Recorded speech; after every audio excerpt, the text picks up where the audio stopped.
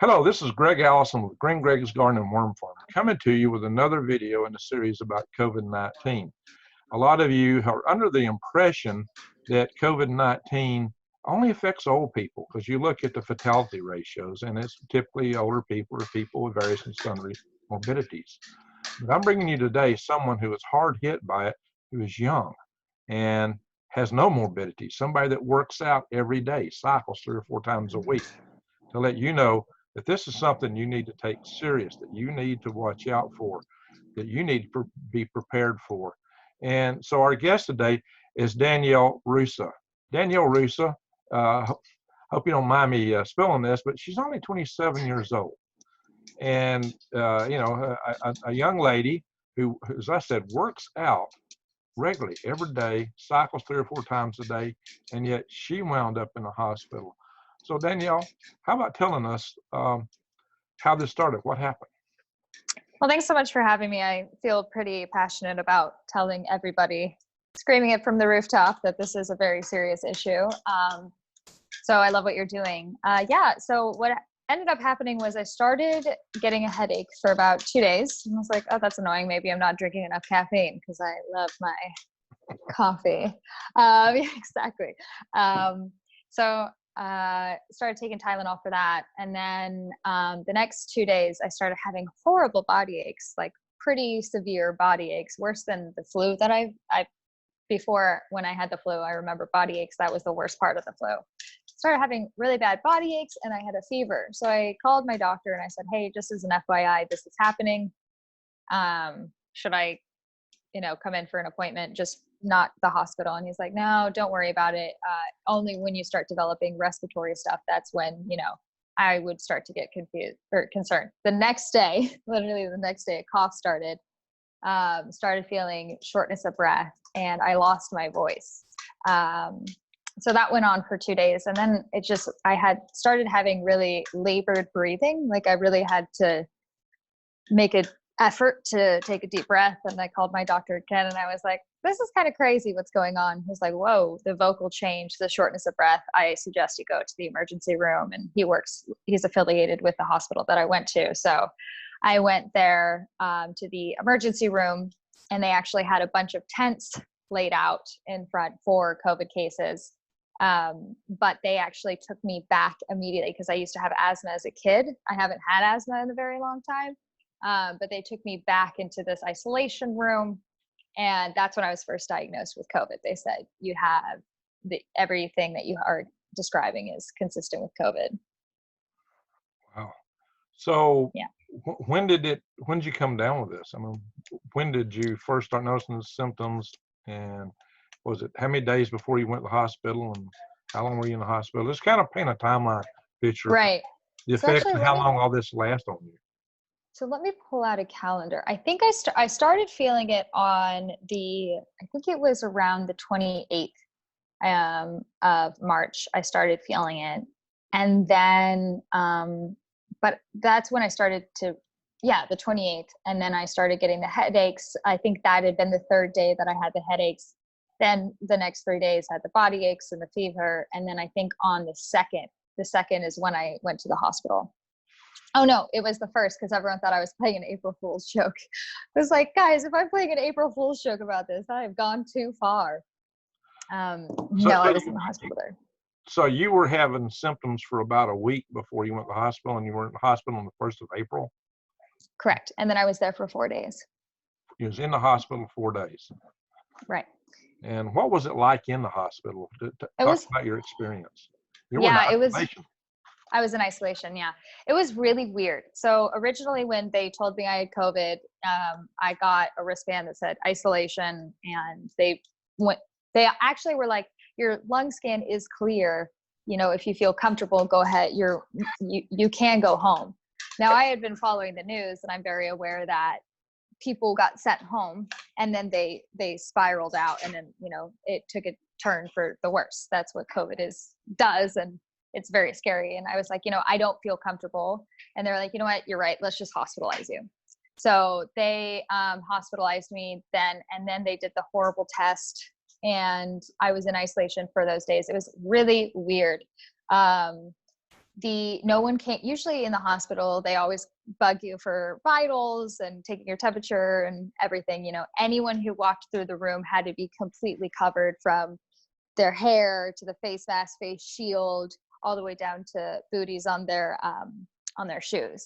And it was a very psychologically weird feeling because I didn't know how much as humans we need to see each other's faces. And it just kind of felt like I was a lab rat, to be honest. And all the doctors would call me on the phone, and they didn't really come to see me ever. My primary care did once, but he was there for a very short amount of time, and then he left and then called me on the phone after. And the weirdest part about all of this is the test came back negative, and they were like, you know what? I don't care if it's negative. We know that you have COVID.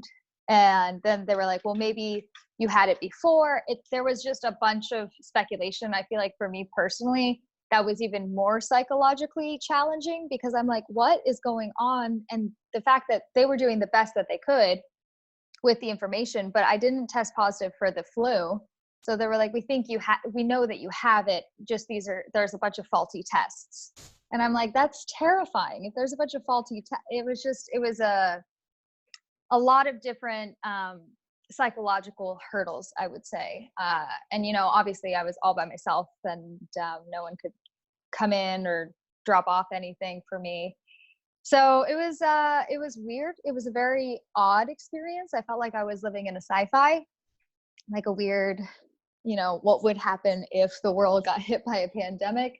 And it was also scary because the news, you're constantly seeing things about people dying and young people dying. And it's just like, man, do I need to write a will? All I have is student loans and credit card debt, but you know, who wants that? But no, it was rough. It was definitely rough. And then after that, after I got released, then for the next 7 days, I was quarantined in my room. And because my roommate was there, I didn't leave my room. So my roommate put food outside of my door, and I stayed in my room for 7 days. And it was just really, really rough. Okay, so you had this a week before you went to the hospital. You were in the hospital, actually about a day or two more than a week from what you described. You were in a hospital for 5 4 days. days. 4? 4 days. 4 Yeah. days. And then you spent 7 days afterward, basically self-quarantining in your home before you felt like you were basically well. So essentially you had this for a duration of 3 weeks. Is that accurate assessment? Yeah, a little bit more than 2 weeks. Yeah. I mean, yes. From when I first started showing symptoms, 3 weeks, correct? Yes. And then I didn't have my voice until 2 days ago. My voice was gone for 20 days, or 18 days. So it was, and I sounded horrible, like horrible. Sounded like a 90-year-old smoker. I heard you. I saw your video you put out earlier, and that just made my heart go out to you. And I texted you then and was wishing you a speedy recovery. And then I saw your video last night and you were happy and you were saying, I'm back. Awesome. Yeah. So that's when I, thought it'd be a good idea maybe to get you on a video because, you're one of the people that can tell the story of how this affects young people and just your experience with it. So I honestly think that if more people understood what the COVID wing of the hospital was like, because also there was a lot of fear on the nurses' side because they were dealing with someone and they have families and excuse me, and they have, significant others or they have roommates. So there was a lot of fear everywhere. And there was a lot of confusion with me because they were like, we know that you have it, or we think that you have it, but it says negative. So it was just very perplexing, the whole thing. And I think it would have been better if I got a positive, like, yeah, this is what you have. But oh my God, what is wrong? It was really psychologically taxing. But I think if more young people understood what it was like to literally not see another face for 14 days. Obviously over FaceTime, I definitely did that. And I have a dog that I love more than anything. Couldn't see my dog. My dog was, away from me. So I think if more people accepted that reality, that can happen to them, I think that these people who are like, my body, my choice, and it's like a mask, but I don't know if you've seen that, where people are like, I can do what I want.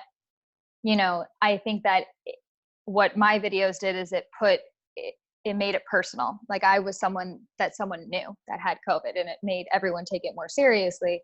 And I think if more young people understood that that could be your friend, your roommate, your mom, your uncle, I think it would change what's going on, in my opinion.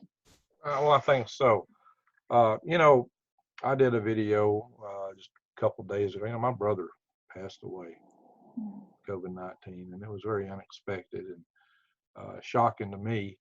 And I did a video, and I was telling people, most of you shouldn't even, people, I hear people say all the time, well, I don't know anybody's got this or that. And it's like, well, if you look at the numbers, case numbers are still relatively small against the population of the entire United States. I mean, Right. the chances are only 1 in 500 people in the United States actually have it right now. So you're not going to know anyone, because most people's social friend, the outermost true friends anybody has is in order of about 150. And it's usually, your close friends, like really close friends, like 2 or 3 people, and there's like concentric circles that, your level of friendship with people, I'm talking true friendship. So most people just aren't going to know people with it. And, I have, a couple different areas that I got my friends, my family, my coworkers. We've had 2 people where I work get it. We've had in my family, and I think that now my brother has passed away from it, and his wife, my sister-in-law, is positive. So I've got to pray for her and hope she turns out okay. There's been a lady that I dated up in Salt Lake City that went to the hospital, and she's out. She's still having a bit of a tough time, a little difficulty breathing. So, she's still a friend. I haven't seen her in, over 10 years, but she's still a friend. We keep up with each other. So it's a very stressful thing to know. I've known several people, because also I've got my my following through my Green Greg's channel, that I've known 3 people through that the closer following. I got 41,500 subscribers, maybe 6 by now. So, but out of that subscriber set, there's at least 1,000 or 2,000 that follow pretty closely, and there's a little tighter group that just follow everything I put out. And in that group, there's 3. I did a video of a mom and a daughter that had it. And a lot of people thought, well, they were older, they smoked, they this, that, they that. I think it's, kind of terrible attitude to have toward people. They had it. Yeah. But so you're able to round out the picture here to show that, it affects younger people too. And, you've talked about the medical people being scared of you. My next video is going to be probably from a sister-in-law that I have. She's the sister of my ex-wife, and we're still like a family. I mean, her family's from Africa, and once you're in a family like that, you're a family. Unless you're stupid. And they're wonderful people. I love them to death. They're from Kenya. They're all really good people, and smart, hard-working people. Very smart, very hard-working, and I think the world of the whole family. And I'm still family to them. And I've talked with her yesterday, and she's a nurse in a local hospital, and she's scared. She is literally scared. Now, a lot of people say, "Oh, this is just the flu. It's just the flu. It ain't no different than flu." Well, the flu does not scare medical staff. The medical staff are not scared of flu. The flu does not kill medical staff. You go look in China, the guy who discovered this is dead. I know. There's several doctors in China who wore all that gear, full protective gear you mentioned, who died from it. I know. It's terrifying. And China, and some people say, well, the numbers aren't real. They cook them, they inflate them. China drastically deflates their numbers. I know. I don't understand why people don't know that. They arrested people who were out there trying to tell people the truth, and people that were showing the pictures of the body bags, the dead people, and they were arresting them and harassing them, and some of these people have disappeared. We don't know what happened to them. They're like gone. Maybe they wound up in those crematoriums. So it's scary when you look at it from that standpoint. In China, they locked people in their houses. They forced them in, and they went through the streets with these big fogger sprayers. So they didn't do that just because the flu broke out. You wouldn't do that for a flu epidemic. There's more to this. The case fatality ratio, if you watch Peak Prosperity with Chris Martinson, who is a virologist, he's a pathologist, excuse me. Chris Martinson is really driving in on a case that the case fatality ratio of this may actually be 7.4% when all the dust settles. That's very high. very That high. is very high. The flu has a case fatality ratio of 0.1%. That means 1 in 1,000 might die of it. I think that's high because I don't know anybody die of the flu ever. This is a new disease, brand new disease. It's what we call it novel coronavirus, and already my brother's dead. So it's, you know, it's vastly different. It's far deadlier, and and if it has an R naught of a very high R naught, which is the speed at which it infects people. For example, if one person infects one person through the course of them having it, would be an R naught of 1, and that would be a linear infection, which will not grow too fast. The flu has an R naught of 1. Oh, I tested negative, by the way. And yeah, you scared me. I did test. I tested negative, and then you scared me. And I said, since you're talking about testing negative, but Sorry. I did actually test for having a bacterial infection, so I'm gonna take some antibiotics for that. So that's probably where my cough comes from. My cough predates this epidemic, by the way. So, and I'll knock that out here soon. It's a crazy time where you have to justify a cough. You're like, it's not corona. Everyone, I mean, anyone who's coughing, everyone's like, oh my God. But it's like, no, it's just allergies. Or, yeah, no, it's not that. And we do have allergies right now. And there are other crud bugs running around, which I had one briefly through the fall season or early winter. There are a lot of things going around for people to be concerned about, and it's easy to confuse things. And, of course, some people are attacking ethnic Chinese, and that's terrible. That should not happen. That's horrible. There's good people from every place on earth. There are smart people every place on earth. There's people that work hard and have a good heart within them. So don't attack them because you've got some preconceived notion of who they are and what they bring, because you don't know, and that's just wrong. Yeah, absolutely. It's absolutely wrong. I do not support anybody doing that kind of thing at all. I'm dead against it. Like I said, I've got family from Africa, and I've dated a woman from mainland China, from Guangdong, and nice lady. She was a science teacher, and her friend used to come here to my place some in summers. I hadn't seen them in a few years, but she's a nice lady. I dated a Chinese woman from Indonesia once years ago, and I've dated one from Taiwan. So yeah, I think the Chinese people, and I was president of Huntsville, Alabama L5 Society. I started a club back in Pro Space Advocacy Organization. I started in '83, and I turned it over first to a young lady who was born the year we started the club, which she was the age I was when I started it by then. And then we turned it over to a young Chinese man who has a PhD. He's a very hard worker and a good guy. And I think he's more redneck than I am. It's kind of funny. Now, he's a really good guy, but he's definitely a strong pro space, has a PhD in nuclear engineering. Wow. And he's worked with me and helped me out in many, many, many ways, far above and beyond the call of duty. So I have a lot of admiration, and I had another good friend from China. I used to always tease him. I'd tell him he was my RIT, which was redneck in training. He'd always told his parents that and then get a kick out of it. Aw. So, they're good people there. The government's a whole different matter. I do not trust. Yeah, totally. The government's lies and deceives people. That's what we've got to watch out for, is these organizations. All right, I'm getting off on a tangent, but I just want people to know that that it's not right to pick on various groups of people. Absolutely. For these misperceived ideas. Now, the leadership is fair game. I agree. Power corrupts, and absolute power corrupts absolutely. Birds of a feather flock together, and he who has the goal makes the rule. When you put those three axioms together, you get a mess. You get the world we have today. It's just that is true. Axiomatic that it winds up that way.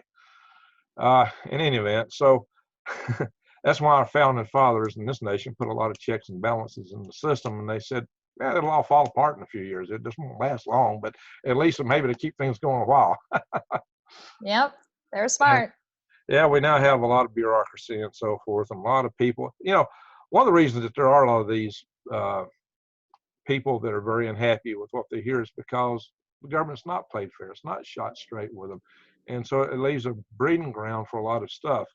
And that's also why a lot of people think this is fake. Now, there may be some control agendas that some are using to take advantage of this, but this is definitely not fake. This is real. It's not fake. Oh my God. Yeah, look, my brother died. No, so terrible. He did not die from 5G. He came from a small town where there's no 5G, and 5G cannot possibly do that. And I'm going to do a video through my Galactic Greg's channel to explain why that's not the case. It's the physics, and I'll definitely nail that. I did do one anti-flat Earth, by the way, and I got to probably pile onto that in the future. So please do.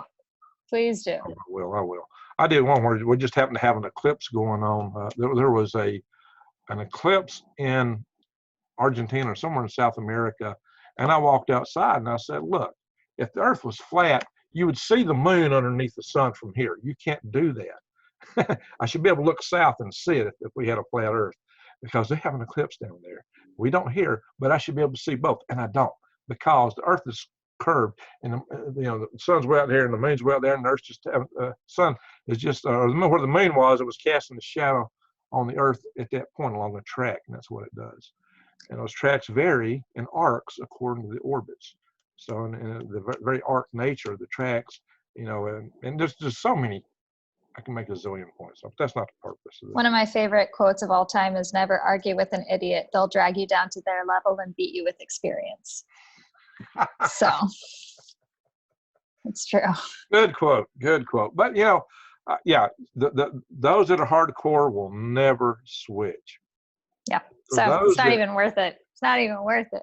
I mean, people who, I think that's the thing. Soft middle. There's the soft middle of people hearing both sides going, what is it? So they're the ones that maybe still have an open mind. Yes. Yeah, definitely. And we're trying to reach those people here vis-a-vis the risk and danger of COVID-19.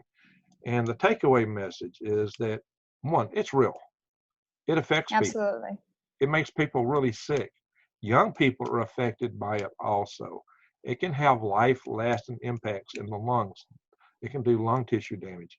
I've heard that some people are going sterile. Some people lose a sense of smell or taste. It can have many long-lasting impacts. I don't know what the number and ratio of those are, but they exist. And whatever the case is, you do not want to have to suffer through what Danielle suffered through here.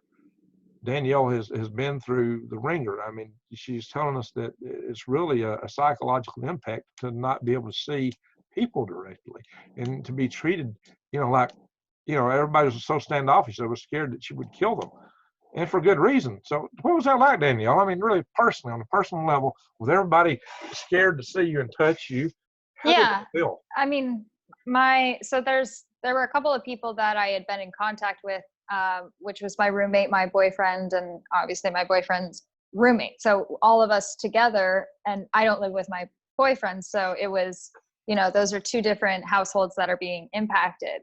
So immediately when I started to feel sick, there was almost like a sense of shame, weirdly, where it's like, oh, I have it. Oh, you can't come close to me. Like, I'm like, oh my God, I'm so sorry. Like, I don't want to offend anybody here. I'm sorry. And then, I knew that with one of us getting it, that means that all of us have been exposed to it, and so it was horrible. It was very much like, okay, I'm just gonna, stay here. I'm sorry. It felt so weird. It was very uncomfortable. And then I just felt horrible because then my roommate had to make me all of my meals basically and leave them out. Granted, I was in isolation, in quarantine, in isolation because she was in the house. So it was kind of a mutually beneficial experience, but the psychological element of the test coming back negative too was really hard because I was like, there's no other thing that this could be. Doctors looked at me and they were like, you 100% have COVID. Like there's nothing else that you could, like, we know that you have this. And so from that and the misdiagnosis and then the, yes, but you do have it, but you don't, but you do, and you don't, that was terrible. And then just being in that room all by yourself all day, just waiting. It's just a weird, it's like, you know, then my friends are, a lot of people reached out, which was very nice. Like, hey, do you need anything? I'm thinking about you, which was very kind and actually helped me more than I thought it would, but it really helped me get through it. Yeah, I But did. yeah, you did. I appreciate that. It really helped. Every message meant the world, because, you know, all you have is you and your thoughts in in a small room and a small window. So it was, I can't imagine. I'm an extrovert too. I'm a hardcore extrovert. Like, I have to be around people. I'm an entertainer. I do comedy. I act a lot. So it's like being around people. You use your voice to make a living, and you lost your voice for 20 days. I lost my voice. Yeah. So it's like, okay, let's take away all of your friends, the freedom to go anywhere, your boyfriend, your dog, and your voice. Have a good day. I'm like, oh my God, what? So, and I felt like I was so tired. And I think that that's another aspect of this that was hard. Like, I was waking, I like to, especially before all of this, I would go to workout classes in the morning. So I would wake up early and then go to a class and then feel super productive, because then it was like 9 o'clock or 8 o'clock or whatever. And I had already worked out, started my day, had a cup of coffee. Let's go. Let's take on the world. And I was sleeping until like 1, and then going to bed at like 10 or 11. And I had an adverse reaction to the steroid that they put me on for bronchitis. Is I got this like rash all over my body, which apparently is really normal with prednisone. But yeah, it was not fun. Not fun. And I have a horrible. You might want to explain that COVID-19, as any viral or other infection is known to do, often has secondary infections that go with it.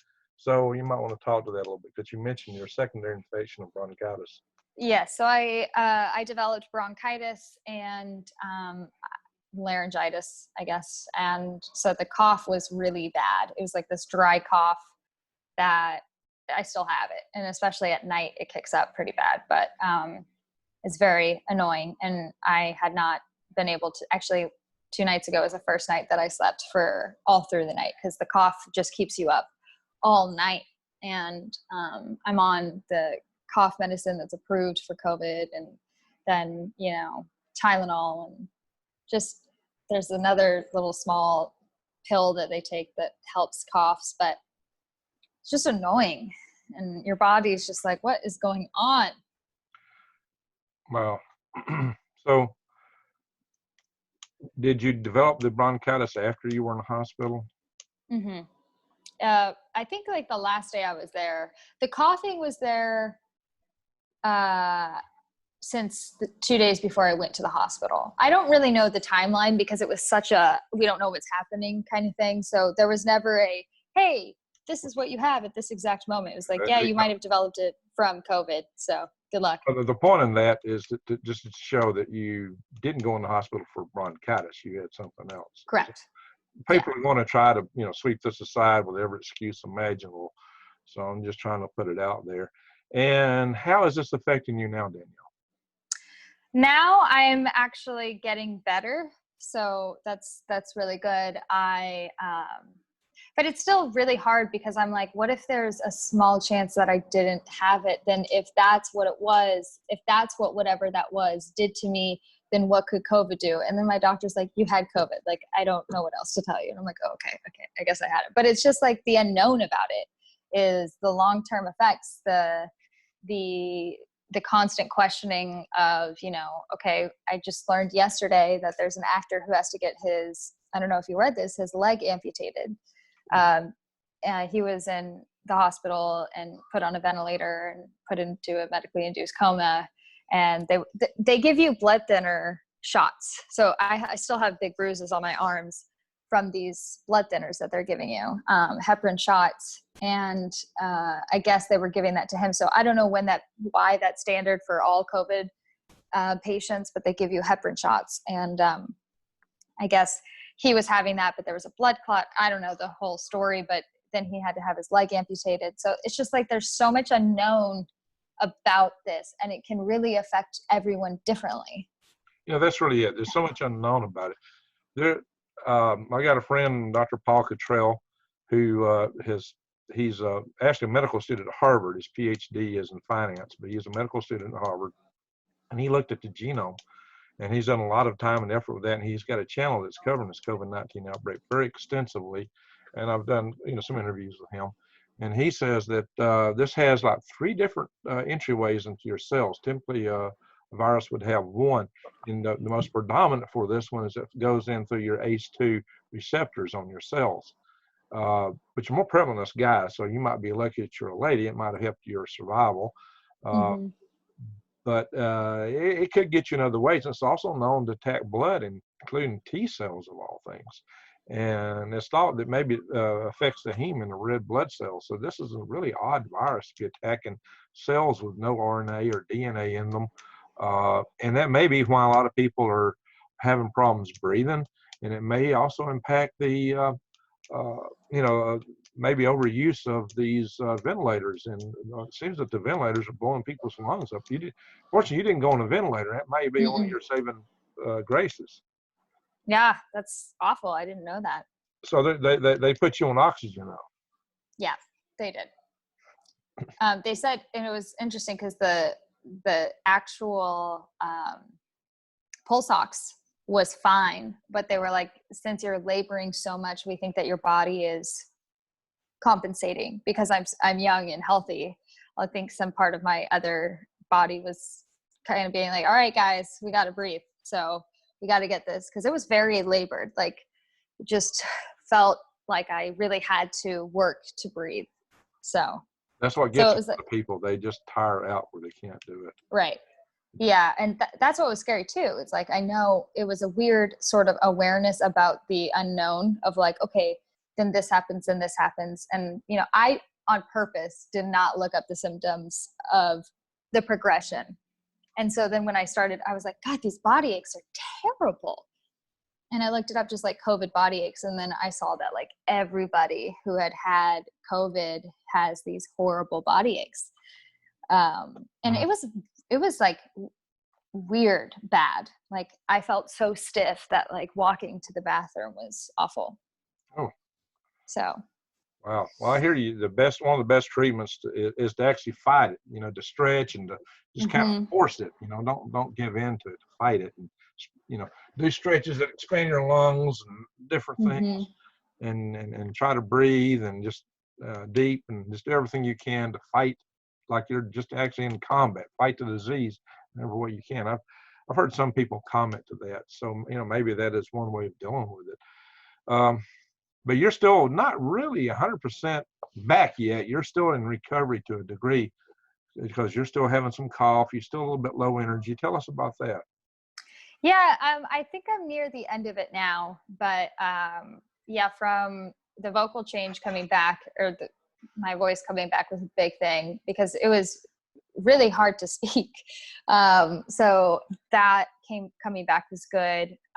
Just not being able to sleep through the night now, and then slowly reintroducing working out. But other than that, I do feel a lot better. Like I was on antibiotics for the bronchitis and a steroid, and I have an inhaler and Advair. It's just, there's a lot of things that I'm taking that I've kind of dwindled down now.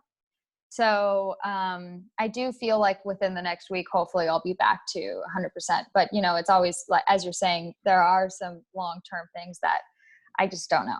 And I can't wait. I cannot wait for the antibody test to come out and for me to take that, just to be like, okay, I just ease my whole mind about like, okay, yes, I do believe the doctors, this is COVID, but it's just really, it's really weird when you're getting a negative test but everything else is like, I have this thing. But, it's crazy because my neighbors, a couple of my neighbors tested positive.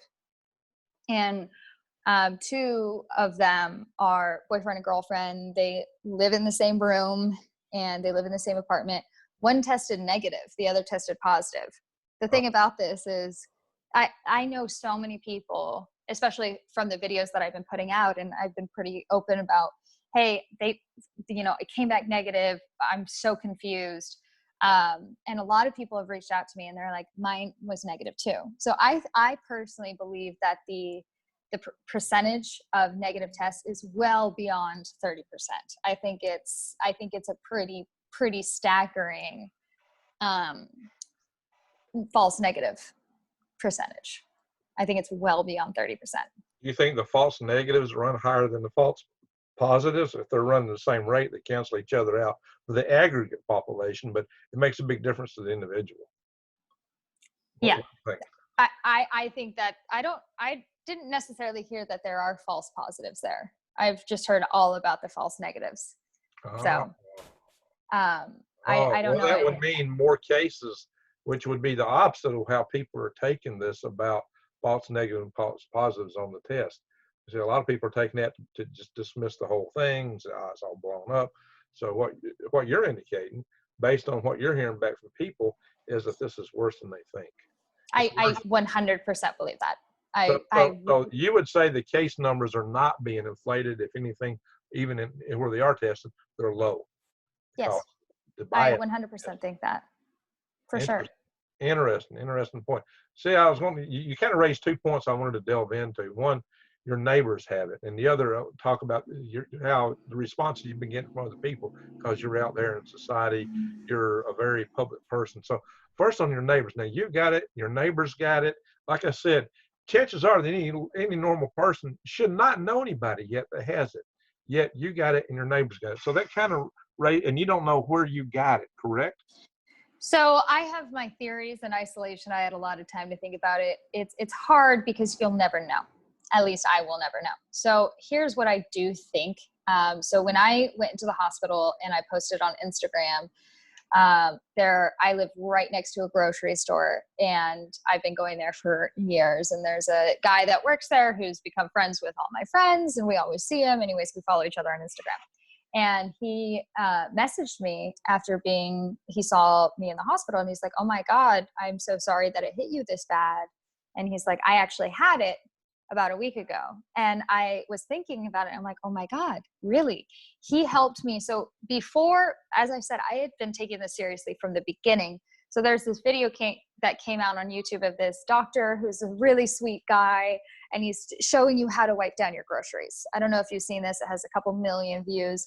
But at that point, I had been, right before I went to the hospital, we were wiping down everything. The problem is, about a week before that, the guy that messaged me, who I know at the grocery store, who said that he had it, a week before, he was helping me bag all of my groceries. And I was putting them all away. And at that point, no one was talking about sanitizing everything. It was too new. That wasn't a widely held idea yet. So my theory was either, I think it may have happened there. Also, my apartment it's like a townhouse. There's only 5 units. So if I had it and gave it to them, or if my neighbors had it and gave it to me, I don't necessarily know. They're asymptomatic. They feel fine. So I think that there's also Los Angeles has a lot of people who just are constantly, it's not Tucson, Arizona, where I grew up, where there's a distance between houses. Everyone's on top of one another. There's just, I live in the city, so there's just a lot of overlap with people. So I don't know. I could drive myself crazy going through these theories, but I either think it was, someone in close proximity to my roommates, or, it was the grocery store, or it was just the keypad to get into my apartment complex. I'll never know. Well, it could have been. And I was just thinking, with your neighbors having it, it might be a common source. It don't have to be, but it just raises the specter that it could be a common source, or of course it could be one way or the other, as you mentioned. So there's a lot of possibilities. The thing is, there's a community spread of it now, where it's hard to identify where it comes from. And that's the danger with this, is that you don't know where you're going to get it. That's why the hygiene is important. Well, not just that, but also you could be not showing symptoms at all for a long duration of time. So I think everyone should be living as if they have it, because you can be a vehicle for it. You can have it and hand it off literally to someone else. And, it's just, and I think that that's kind of what we were talking about before, is this responsibility that I think everyone needs to take. Just because you're not going to be at risk, you still have a responsibility towards society. You still have a responsibility to someone that you don't know, because just because you don't know them doesn't mean that you shouldn't care. You know, everyone is responsible for this. And I think as a society, we all need to take personal responsibility. We all need to take this seriously, because you could be killing somebody. That's right. So what Danielle's really referring to here is what happens right now. If you think you might have it, or maybe you should probably consider yourself as if you have it anyway, just to play it safe, because you really don't know. And we're about to come out of a lockdown, although we've never been in a true lockdown. We've been in a kind of a stand down of sorts, a stricter environment, but it's nothing like the lockdown you would see in China. Nobody's been had their doors welded and forced to stay in their home here in the United States and the Western countries.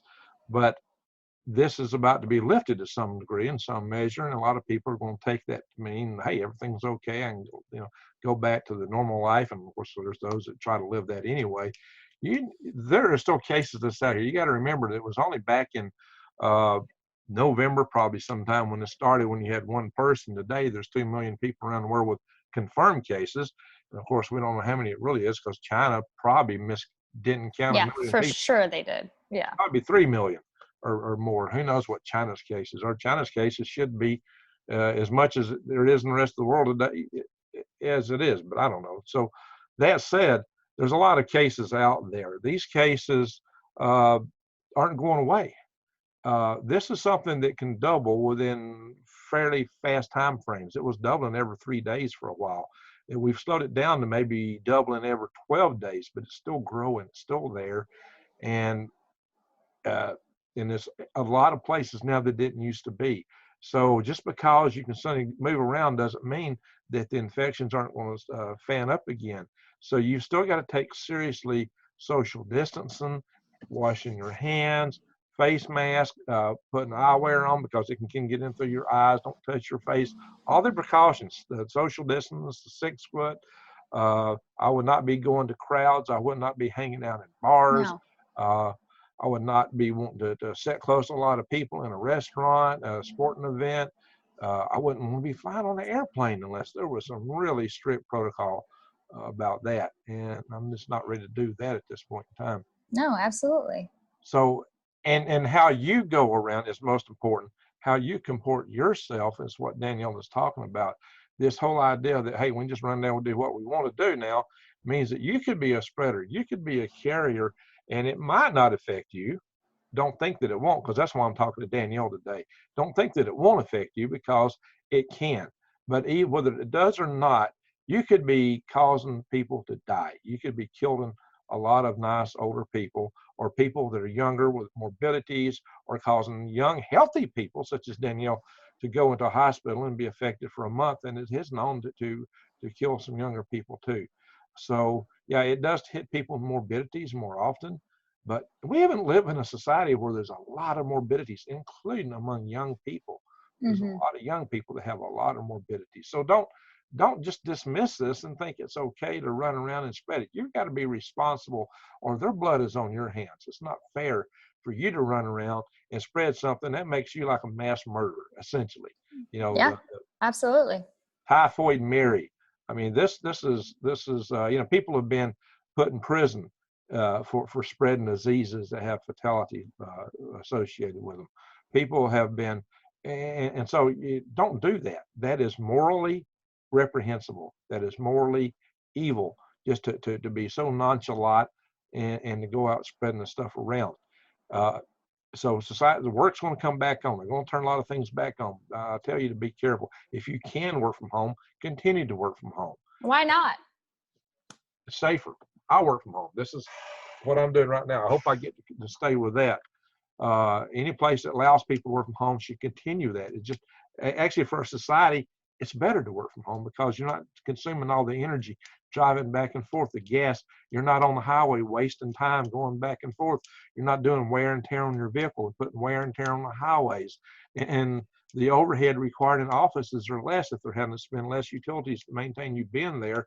And eventually we should be able to make, this should be a permanent thing that people work from home as much as possible, because companies could operate on smaller overhead. You don't need as much office space, meeting space. It'd be so much better for the environment. In fact, I got a concept for a habitat you can make a living out of, grow your food out of, and live out of. It's almost zero impact on the environment. You could work from home like this out of that too, or grow your food out of it. You can put a little shop in the basement. I think that's the future, because you could accommodate the total projected population of the world, but within an area the size of Texas and New Mexico or half of Alaska. And the impact on the globe would be significantly less. The populations, once people get a good standard of living, populations start dropping. I mean, we're going to have to work to keep the population at a level we maintain society.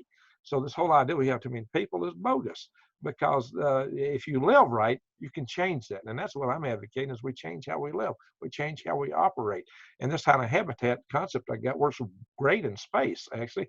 And we've got a sim for this habitat on Mars. And I've got a couple of videos out, both on my Green Greg's and Galactic Greg's channel, about this habitat. But go into that sim and go to the PowerPoint presentation I did to get the details. A lot of people logged off the video before it got to the point of making the PowerPoint presentation. That's what you need to say. All right, so I'm kind of digressing here, but the thing is that we can have a bright future. Everything about the lockdown is not bad. There's silver linings to it, because we can learn better ways to be more sustainable in our society. We've learned that we can't be reliant on a single source country for our manufacturing like China. We've learned that we do need to be more resilient in our supply chains, which are things I've been talking about for a long time. I did a video about the fragility of our society, and they held a number 2 pencil up and recited a story called I Pencil, that was written back in the 1950s about how it took casts of thousands to produce a number 2 pencil. So no one person knows how to build a number 2 pencil. So that kind of blows people's minds. That's far more true today than it was then. So I'm a futurist. I'm a space advocate. And as such, I want our society to survive and thrive, and so we can go out and do great, wonderful things. My motto for my Green Greg's channel is for everybody to survive, thrive, and stay out of the hive, because I want to keep independent minds too. There's a lot of people who like to use things like this as an excuse to control society, to put us in a more control regime. Thank you. I don't buy into that. Thank you. It's not needed. People, there are those that have the philosophy never to let a good catastrophe go to waste. Their idea is always use anything you can as an excuse to advance more control over people. I don't buy into that. So I can't even argue with people like that. It's it's ridiculous. There you go. Thank you, Danielle. So we can do this. We can thrive as a society. We can learn lessons from this. We can maintain better social postures. Because here's the thing. We're fortunate that we're learning these lessons with a disease that has a case fatality ratio of less than 20%. Yeah. An airborne Ebola, which existed in Reston, Virginia, called Ebola Reston in a lab. Human transmissible bird flu, which has been engineered by 2 separate laboratories on Earth, or could evolve naturally, but it exists today in the Netherlands and in Indonesia in labs, and could accidentally get loose. I have a book by Astronomer Royal of Great Britain called, of the United Kingdom, I should say, Sir Martin Rees, called Our Final Hour. And he talks about bioera and bioterra and the potentials for that. Oh, I just discovered the paperback versions of this book are now worth $1,000. Wow. So I got a hardcover, hardback. So it's a great book. You can find the text online. I recommend it to anyone. I got this book over 10 years ago because of my interest in the future and maintaining survival. One of the reasons I promote space is the idea we shouldn't have all our eggs in one basket on Earth. So there are benefits that we can get out of seeing what we're seeing now. Because here's why. The world is one big petri dish, and it's more and more interconnected. When the Spanish flu hit in 1918, 90% of the people were rural. Today, 90% of the people are urban, like Danielle, who lives in Los Angeles. And I've been to Los Angeles. I did some videos talking about, surviving in Los Angeles back in early December. You got almost 20 million people in that basin there, Danielle. So it's important to, understand what sustainability means there. And one of my case examples was the DeVace family up in Pasadena. who grow 6,000 to 7,000 pounds of food per year on 1/10 of an acre in their backyard. And they have most of the food they eat, and they actually make a living selling from that 1/10 of an acre, supporting 3 adults right now. So they're an excellent example, wonderful family. I love them to death. There are they are an example of the solution, and it's right there in Pasadena, California, for how we can live more sustainably in our world and have a better future. And they live nice lives. They're good people. So, and that's the scale I set this habitat to, by the way. They did have their father living with them at one time. All right, I do get digressing here quite a bit. Back to the Learned a lot though. Oh, thank you. Back to the COVID though. So, like I said, when I ran 2 power grid defense conferences, and I always started them out with a teasing the audience, and I would say, no matter how bad the situation is, no matter how tough it is, rest with assurance that there's always a silver lining around every mushroom cloud. That is great. In engineering parlance, I would say that jerks an interrupt line low. If you know electrical engineering, it gets their attention. Oh man, no, I did. But to kind of your point, I do think that there's a lot of positives in this, and I think wrapping up the conversation, it's just that's something to. I think society does need to change. I think that in America, our culture is, hey, I'm sick, but I'll be fine. Where it's like, you shouldn't be fine and go on a plane. Like there needs to be an awareness for others. And I think that that's what we don't have. And I think that throughout all of this, I think it's really posed this question of, just because you're fine, is it okay to make others at risk? And so I think that it's not. Exactly. It's and not. But you need to consider that. I don't think that that's even a thought, because I've done it. I've been like, oh my God, I don't feel really well, but I have to go on this because I'm a speaker at this event and I can't not go. And I think all of us have done that to a certain extent. But now I think that this awakening of like, hey, no, if you don't feel good, go home. When my boyfriend came to pick me up from the hospital, they took his temperature like before he could walk through the door. And I think that was such an interesting thing. And I honestly think that should be incorporated at airports. Like, if you have a fever, why are you flying? Like, you shouldn't be, because it is a petri dish. It's a plane. And then guess what? You infect other people, and then they go infect, and it's exactly what happened here. So hopefully, with silver lining, there's a lot of silver lining. I mean, the air is so much clearer here. I think that this has risen a lot of awareness to the world, and getting us back in touch with our community, and getting us back in touch with like what a crisis looks like, and who to rely on, and who to really thank, which are the nurses and the doctors. So, there's a lot of positive to this. There's a lot of fear that's going around, and, people need to just stay informed. And, to the people who think that this is just a control, that's just so far wrong that it's just hard to even argue with. Well, one thing, like I said, we now know that diseases spread very fast and rapidly in our day, where we have worldwide international air travel. Cargo is being shipped around the world very fast. A lot of stuff can spread through cargo shipments. We have trains. We have the petri dishes of people packed into cities, and all these cities are connected intimately through all this transportation. So that makes the potential for spread of disease very easy. And that's why we should respect these kind of things, and why it's good to learn these lessons. Also, the other lessons that we should learn from this are, at times you do need to shut down borders. You do need to shut down travel. You need to be faster about that. When there's a suspicion of a bad disease, we need to be very proactive into containing the area, and going in and documenting who has it, have adequate testing available, and determine every case, and then doing contact tracing for the contacts made, and then isolating. If that's done properly up front, you can nip this in the bud. You can stop most of these diseases from their outset, not try to catch them on the tail end like we're trying to do with this now. You can still do this. I mean, if we did go into complete lockdown and give it days to cook and burn out, and then do the contact tracing and testing, you'd have to have complete testing. You could pretty much wipe this out, or at least really knock it down hard. Of course, it always takes one case for it to come back. But that would have to be a global thing. I don't know if that's even possible, but technically it's feasible.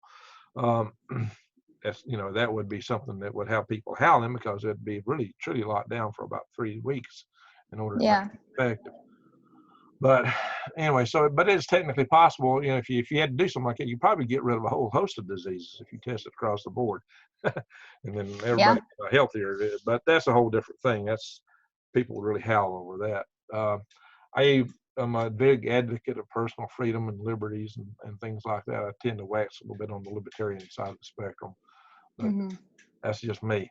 So no, I agree with a lot of that, but I definitely, it was interesting. I was walking my dog and there were police in North Hollywood, and they were driving up and breaking up groups of more than 3 and asking them if they were roommates, or because if you're roommates with someone, then it doesn't matter. But if it's like, hey, let's meet up and go on a walk from 2 different households, the police were really on top of everybody. And as someone who doesn't love government intervention, I was very like, that's weird. But then I was like, but that's what's needed right now. Like, I do think that it's needed. It's not coming from a bad place. It's coming from trying to protect the community. So I'm actually okay with that. I'm more supportive of temporary constraints to take care of a situation. I don't want to see our liberties taken from us, though. I don't Absolutely. I agree. But I think that we got to do this or that, or our right to assemble. And we still have a right to assemble, and we can actually do that through online media like we're doing today. We're assembling right here, you and I. And I've been in meetings with several people on both Teams and Zoom. So unfortunately, Teams belongs to Microsoft, and Microsoft is kind of sketchy, but that's another story. Yeah. Microsoft's not very reliable, in my opinion. But then again, Zoom is not a reliable place for your personal data. We're using Zoom right now. I wouldn't put anything personal or financial on here. But it's a great forum for doing videos and interviews like this. I really like Zoom for this. So, yeah, there's a lot to learn. There's a lot we are learning. But again, I want to reinforce the basic tenets of this video, and that is young people need to be aware that you can catch this. There are consequences that can hit you. Danielle is lucky, and she's really lucky in that, one, she's a female and has less ACE2 inhibitor receptors in her cells. 2, she works out a lot, so she's very healthy in general. She's young. So all these factors help her to survive. Do you work out every day? What's your level of health? Are you taking vitamin C, D3, and K2, things that boost your immunity? Are you taking, do you use turmeric, things like that? Are you health conscious? What do you do? How are you boosting yourself? Are you out smoking and partying and running around and thinking you're immune to this and spreading it? That's a danger. So you need to really be aware of what you're doing. You're not immune to this. Don't think you're immune to it. That's why I've got Danielle on her face, because she is a case study that you are not immune. And even if you don't get it like her, and you are asymptomatic, you need to have a heart, because it is morally reprehensible to run around and spread something and justify it by, well, it's just old people and they're going to die anyway, blah, blah, blah, blah. That is wrong. These people love life. They're loved people by a lot of people. They still have a lot to add to our society. Back in the medieval days, probably the reason we had so much warfare and consternation in our society was the society was young. A lot of the older people had died. And there just wasn't the checks and balances of the wiser older people to hold things back from going nuts. And so people were fighting and bashing each other all the time. It was a very unstable period of misery. It's called the Dark Ages for a lot of reasons. We don't want to be in a dark age today. And our older, wiser people can help us with that. They are people that bring love and compassion into our society. They have the wisdom that we need to get through the tough times ahead of us. They bring to us the wisdom of, quite often, like my father did. My father just passed away the 20th of March, and he could tell you about what it was like before the Great Depression, living through the Great Depression, World War II, and many of these things that he went through. So there's a lot to be gained from these people, a lot to learn from them. and we need to do that. Oh, and by the way, I do have videos of him on my channel talking about these things. So, are you able to hug your dog and your boyfriend now? Yes, I am. And I have a video actually of me hugging my dog for the first time coming out of isolation, and I just was like, I was like crying, and just it's been nice. It's been very nice, and Who was you know now happiest? Who was happiest, you or the dog? the dog. Probably me too. A little bit of mix of both. I was so excited to see her. And then once I got to, she just was, and then for the next couple of days, she would follow me around. And she's a husky, so she's not a small dog. She's a very lazy husky who's very, like, not a husky. She's very, very docile and loving and very not typical of husky breeds, but she followed me around. Hot, and you got her in hot LA. Well, I actually found her on the side of the road about 5 years ago. So she was abandoned, and I took her to the vet and cleaned her up. So there's a level of love between the two of us. So yeah. Well, I lived in Alaska 2 years, where huskies and malamutes were the typical dog. You know, they were. Oh man, and that's amazing. Beautiful, beautiful dogs. So I think the world, man, and they can handle the cold real easy. They sleep outside in the worst imaginable temperatures. Well, she sunbaths, which I don't understand. Like she will go into the sunlight in the apartment and just lay there. And when I go to Arizona, she'll lay out in the heat, and I bring her in, and her fur is like 100 degrees. And I'm like, what are you doing? She's just like, I don't know, just living my life. I'm like, all right, okay. Well, she's acclimated. She's acclimated. Exactly. Yeah, exactly. But thank you so much for having me. It's been very nice to kind of, also, it's so horrible what your brother went through, and I'm so sorry for your loss. But I think what you're doing is using your platform to kind of speak to the truth of what's going on. And I'm very happy to share my story with you and all your viewers and subscribers. So I really hope that, you know, even my story, which isn't that severe, and, you know, there were a lot. I'm sorry? I said thankfully. Yeah, thankfully. Yeah. So I hope that this touches people into realizing that, you know, this could happen to your sister, your brother, your mom, your dad, your grandfather, your grandmother, or your kids. So, you know, I think it's important that we personalize it and make it known. But yeah, thank you. So the bottom line is, be socially responsible and follow the health protocols. And it can affect young people. So Danielle, I'm so happy that you recovered. I'm so happy. Me too. You got a dog and your boyfriend now. And my voice. And yeah, you've got your voice. So now you can go out and communicate and be creative again and contribute to society. I know you were out promoting space. You can get back to that. And yes. Things you love, and just being Danielle. So I wish you the best of luck. Stay in touch. Some of us are curious about, can people get reinfected with this? Are you good? Do you have the antibodies after this? You don't get reinfected. So there's still a lot of questions, a lot we don't know about this. So keep in touch with me. Let me know how this progresses for you, how everything works out. Absolutely will. And I'm just so glad to have you on here. And we can chat for a second after I stop the recording. But I just want to say to everyone, thank you for watching this long. And so that I know you watch to the end, just tell me, I like coffee. That'll be a good one. Hey, I like coffee. And because both of us are drinking coffee here today. Exactly. All right. Danielle, thank you so much. I'm going to end the recording. Thank everyone for watching. Oh, check my links below to support my channel. If you've not already subscribed, please hit the subscribe button and click the notification bell, bang the bell, and click all. And support my channel by clicking the links below.